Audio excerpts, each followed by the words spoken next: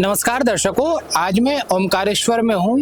ज्योतिर्लिंग है, हम सब जानते हैं। और मेरे पीछे भगवान ओमकार का मंदिर है और मेरे पार्श्व में नर्मदा मैया कलकल बह रही है। और अभी सायंकालीन नर्मदा जी की आरती का समय हो रहा है। सामने ममलेश्वर है जो ज्योतिर्लिंग की श्रेणी में ही आते हैं।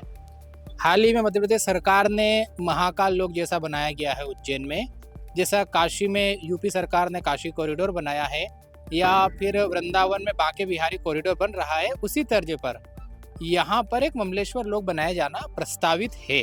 प्रस्तावित है मैं इसलिए कह रहा हूँ क्योंकि अभी भी सरकार की तरफ से इस पर पूरी तरह से जो इनकार आना चाहिए कि हमने इसे अब समाप्त कर दिया, ऐसी कोई घोषणा अभी उनकी तरफ से, उनके जनसंपर्क के माध्यम से हमें प्राप्त नहीं हुई है।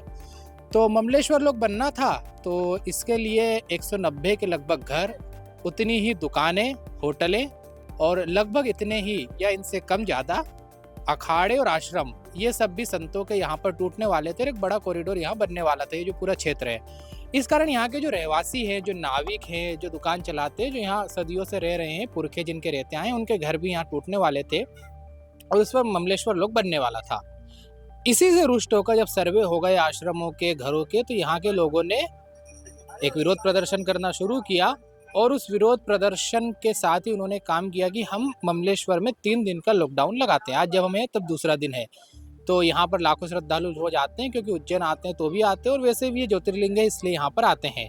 इसलिए श्रद्धालुओं को कई तरह की परेशानी होने लगी। मीडिया रिपोर्ट्स ने कहा, भास्कर की रिपोर्ट में आया कि यहाँ पर पानी भी नहीं मिला, तो नर्मदा का जो जल है वो पीकर लोगों ने अपनी प्यास बुझाई। बोतल नहीं मिली, भोजन नहीं मिला। होटल्स के लिए लोग 7-7, 8-8 किलोमीटर गए। और पहली बार ऐसा कहते हैं कि इतिहास में जितना सावन में भी फूल नहीं रहती, उतनी बाहर की होटलें, चाहे वो कोठी गाँव हो या बड़वा हो, इनकी होटलें हमेशा भरी हुई रही। लेकिन लॉकडाउन लगा हुआ था। यहाँ पर संतों का भी अत्यंत प्रभाव है ही, क्योंकि तपस्या की भूमि है। इसलिए लगातार वह लॉकडाउन के कारण जब श्रद्धालुओं को, यहाँ पर आने वाले लोगों को नुकसान होने लगा, उनको समस्या होने लगी, तो आज शाम होते होते एक दिन भर से प्रदर्शन चल रहा था। और उसी में यहाँ के अपर कलेक्टर ने कहा कि ममलेश्वर लोक नहीं बनेगा और भविष्य में जो भी यहाँ पर परियोजना आएगी ओमकारेश्वर ममलेश्वर में, वहाँ पर यहाँ के रहवासियों की और यहाँ के संतों की, यहाँ के प्रबुद्ध जनों की, यहाँ की परिषद की, इन सबसे बात की जाएगी, उनसे सलाह मशवरा किया जाएगा। उसके बाद ही हम लोग किसी प्रकार की परियोजनाओं को यहाँ पर लागू करेंगे। लेकिन 2 सवाल यहाँ पर है, कई सवाल उपजते हैं।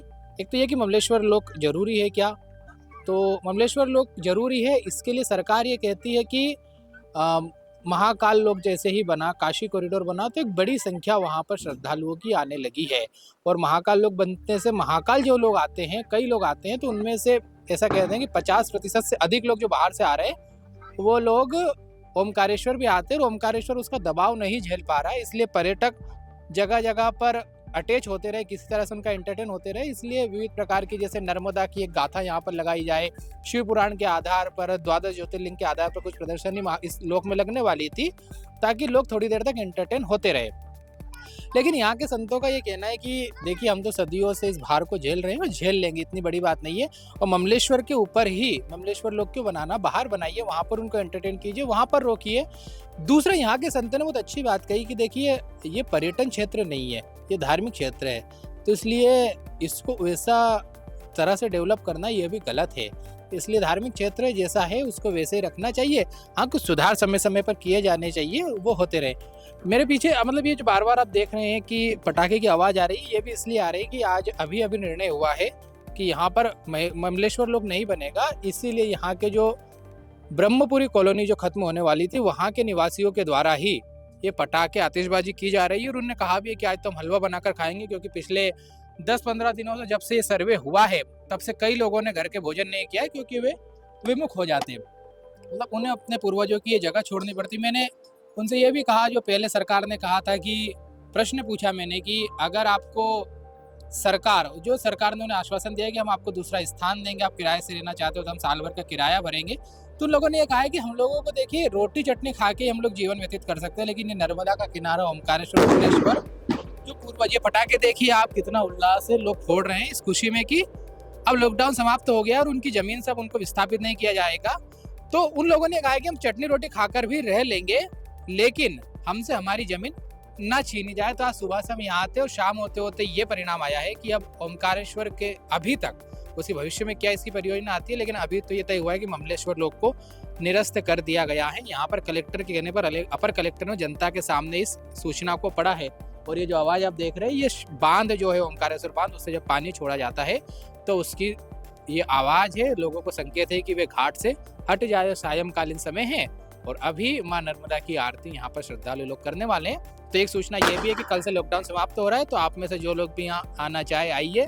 वो सारा भाई वो जो सारा बवाल था कि यहाँ पर कुछ मिलेगा नहीं, आप भूखे प्यासे रहेंगे, अब ऐसी कोई समस्या नहीं है। सब ऑटो चल रहे हैं, सब गाड़ियाँ चालू हो चुकी है, धीरे धीरे दुकान शुरू हो रही है और कल पूरा लॉकडाउन खुलने वाला है 20 नवंबर को। मध्य प्रदेश की सभी खबरें द जर्नलिस्ट पर हम लगातार लाते हैं, ग्राउंड रिपोर्ट्स आपको दिखाते हैं, एनालिसिस करते हैं, सबके जो पक्ष हैं वो हम आपको सुनाते हैं। इसलिए हमारे इस प्रयास को समर्थन करने के लिए हमारे चैनल को सब्सक्राइब कीजिए। यूट्यूब पर वो बहुत ज़रूरी है, इंस्टाग्राम पर आप लगातार देख रहे हैं, फॉलो कीजिए, शेयर कीजिए इस वीडियो को, फेसबुक पर भी इसे फॉलो कीजिए। मेरा नाम अमन व्यास है, धन्यवाद।